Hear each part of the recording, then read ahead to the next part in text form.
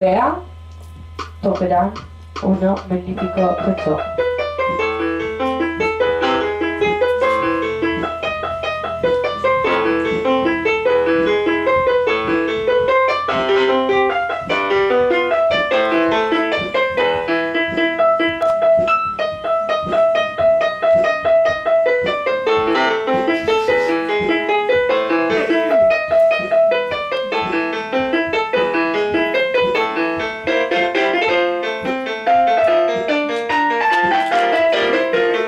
Il seguito di Volsiano Tetreo.